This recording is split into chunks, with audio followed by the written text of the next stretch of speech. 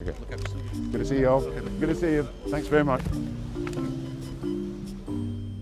was a disaster.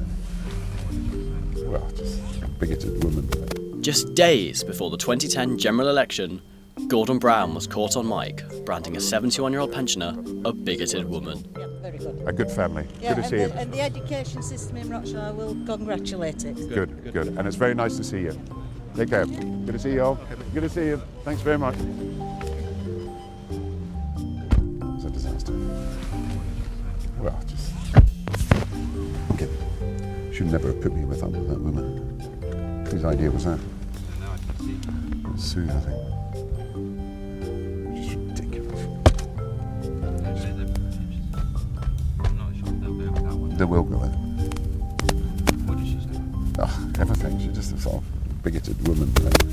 Said she used to be Labour. I mean, it's just ridiculous. To make matters worse, cameras caught Gillian's shocked expression when she was told what the so-called two-faced PM thought about her. You're joking. Oh, everything. She's just a sort of bigoted woman. Said she used to be Labour. Well, what do you think about that, Mrs. Duffy? Disgusted. In an attempt to limit the damage, Brown was quick to ensure reporters in London knew he'd phoned Mrs. Duffy to apologise. I've phoned her, Gillian. I've apologised to her. I was coming out of a discussion with her that included immigration, and I was worried about me not being able to answer her. But in the end, he had to make his way back up to Rochdale to make a public apology in person.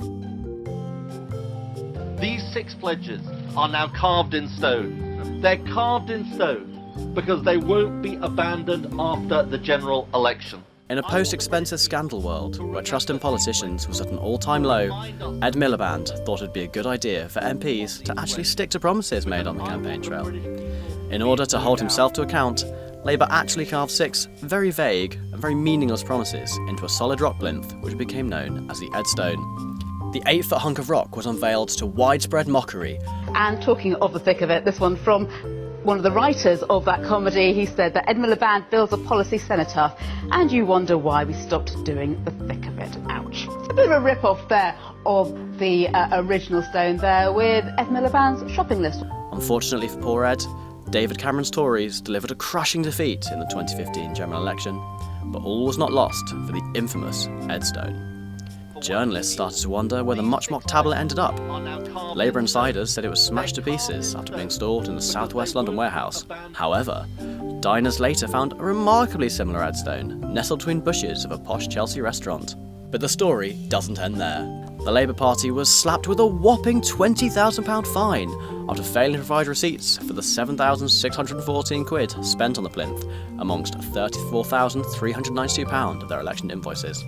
Ouch. Who could forget John Prescott's infamous punch that became known as the Rumble in Real? The then Deputy Prime Minister and former amateur boxer didn't exactly receive a hero's welcome stepping off the battle bus in the seaside Welsh town in 2001.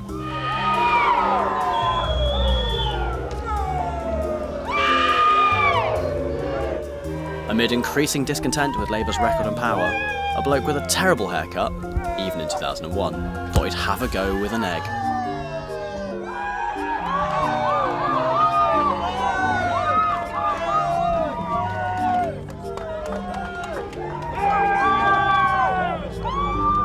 It was Prescott's immediate left-hook retaliation that splashed all over the front pages the following day.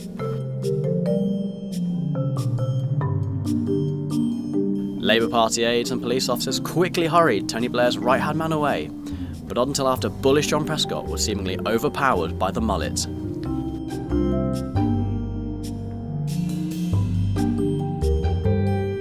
The PM responded with a shrug, famously saying, "John is John." Theresa May's astonishingly bland fields of wheat anecdote certainly got the nation talking. What's the naughtiest thing you ever did? Oh, goodness me.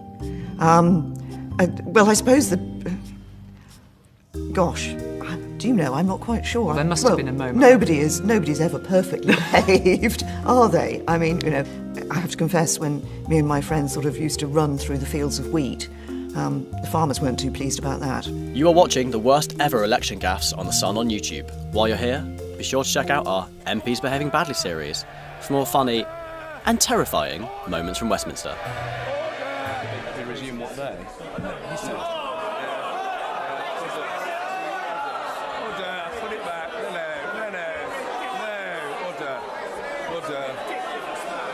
No.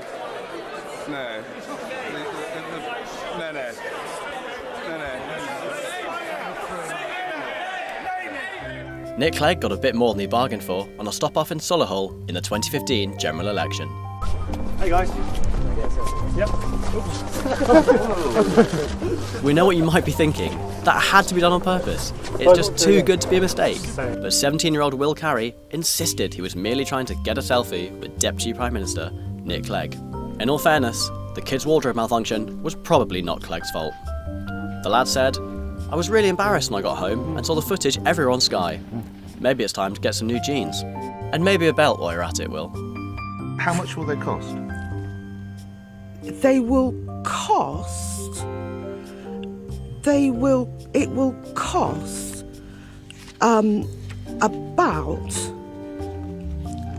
about £80 million.